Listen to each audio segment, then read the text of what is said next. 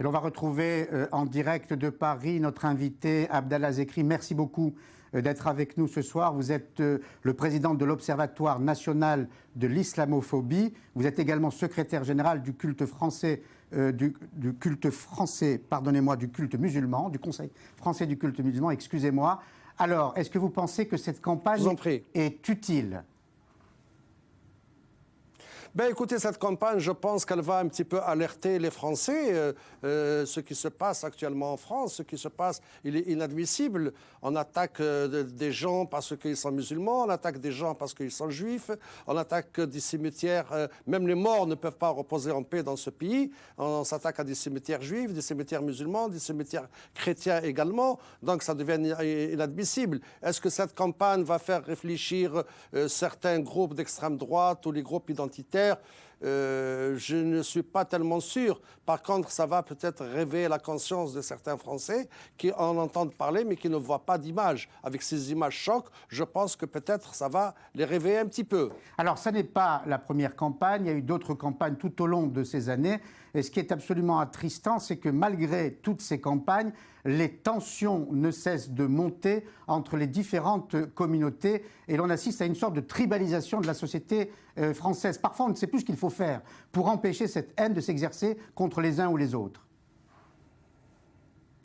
Vous savez, il y a eu des campagnes, mais c'était des campagnes timides. Maintenant, il ne faut pas non plus, si vous voulez, dire qu'il y a des problèmes entre les communautés. Nous, il y a un mois de ça, le bureau du Conseil français du culte musulman a déjeuné avec plaisir avec le consistoire israélite, avec M. Joël Mergui, où on a pu échanger pendant 2h30 un petit peu les problèmes que rencontrent les Juifs de France et les musulmans de France. Il va de soi que nous avons toujours condamné les actes, que ce soit anti-juifs, anti-chrétiens ou anti-musulmans, mais je pense qu'il faut mener ce combat ensemble et non pas d'une manière séparée si on veut franchement contrecarrer les racistes de tous bords et de tous poils. Alors, donc il faudrait être unis. On ne peut pas au XXe siècle aller incendier une mosquée, une synagogue ou tuer quelqu'un uniquement parce que les juifs ou incendier une mosquée parce que uniquement les mosquées musulmanes. Ça, c'est inadmissible, c'est impensable. Mais il faut que les autorités également prennent les responsabilités. Il faut que les gens qui commettent cela, lorsqu'ils sont arrêtés, qu'il n'y ait pas de clémence au niveau de la justice, si on veut vraiment, réellement avancer.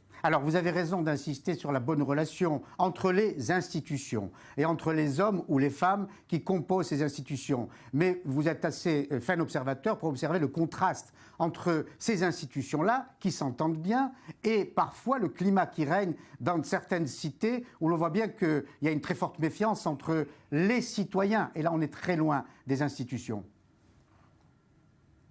Oui, écoutez, moi je suis quelqu'un de direct et de franc, on me connaît très bien. C'est vrai qu'il y a des problèmes au niveau de la jeunesse. Il y a des problèmes au niveau des musulmans, certains par rapport à l'affaire de la Palestine, par rapport à Israël, qui naturellement a un autre regard. Et puis bon, à ce moment-là, ils ont des discours à l'égard des juifs, comme il y a des groupuscules juifs également qui s'attaquent aux musulmans et qui ne sont pas du tout d'accord avec les musulmans de France. Des deux côtés, il y a des gens qui tiennent des discours qui ne correspondent pas à ce que nous souhaitons. Nous sommes ici dans la même galère. Il faudrait qu'on puisse arriver à vivre ensemble. Et pour vivre ensemble, il faut dialoguer ensemble. Il faut essayer que cette jeunesse puisse se connaître. Tout à l'heure, dans le cadre du dialogue au ministère de l'Intérieur, on nous a raconté que dans certaines villes, par exemple, des jeunes n'ont jamais échangé. Ce sont les jeunes qui parlaient.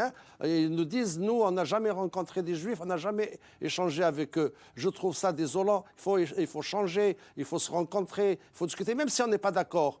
Bon, parce que chacun, quand même, a son point de vue sur les événements qui se déroulent en Palestine. Il est vrai que les Juifs de France soutiennent la Palestine, Israël. C'est tout à fait... On ne peut pas leur en vouloir, comme des musulmans qui soutiennent la Palestine. Et vous avez également des deux côtés des gens qui souhaitent, comme moi, qu'il puisse y avoir deux États en Palestine et que les gens vivent ensemble et vivent en harmonie et dans la paix, afin que, justement, ce problème sera réglé d'une manière définitive. Mais ce n'est pas pour autant qu'il faut s'attaquer à des juifs ou à des musulmans. Il faut qu'on puisse travailler ensemble. Et le combat contre ces racistes, il faut qu'on le mène ensemble.